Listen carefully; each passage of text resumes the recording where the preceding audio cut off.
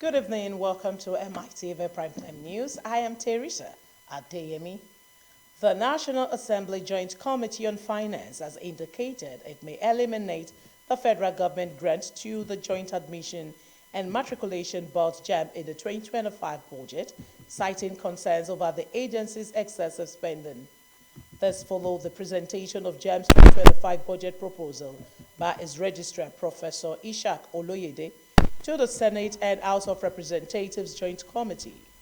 During the section, Oloyede revealed that JAMB had remitted 4 billion naira to the Consolidated Revenue Fund in 2024, despite receiving 6 billion in government grant.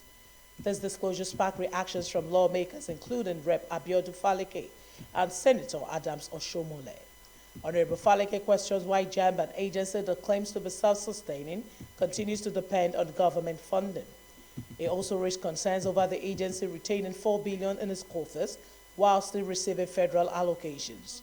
Senator Oshiomhole joined the critic, highlighting JAMB expenditures including 1.1 billion naira spent on meals and refreshment, 850 million naira on security and cleaning services, 600 million on local travel in 2024.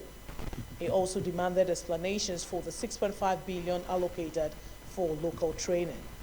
The committee therefore called on JAMB to justify its spending and reconsider its reliance on government grant to fund its operations. Lawmakers are now considering measures to curb the agency's financial dependence on federal allocations. We give out 4 billion and we give you 6 billion. Take your 4 billion and pay your salaries. We don't mind that, but so, permit me. Sir, we are not debating this. I'm sorry. Take your 6 billion, take your 4 billion, which you wanted to release, and save yourself and pay your salaries. Give you what your please knows. Thank you, sir. Thank you, sir. Next year. In 1 year, we monetize compensations. As a senator, I am not entitled to personal car because my salary has been monetized.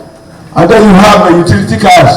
And when we go into the detail, these are cars that the managers will use.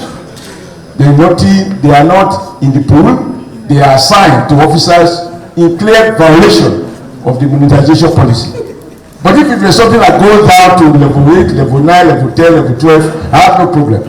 But usually this is something that goes over around the MD, the level 17, level 13, a few privileged people. And what happened to the ones you procure last year, the year before, or 3 years before? What is the depreciation policy, even if we are to assume that they are poor cars? So on the whole, when I look at your expenditure, you spend as if you are in Saudi Arabia. Because the resources that we are drawing is from people who can hardly pay it.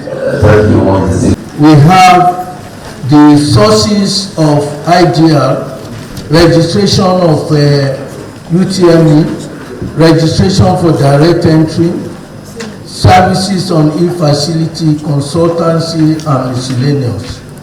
This comes to 19 billion 860 million.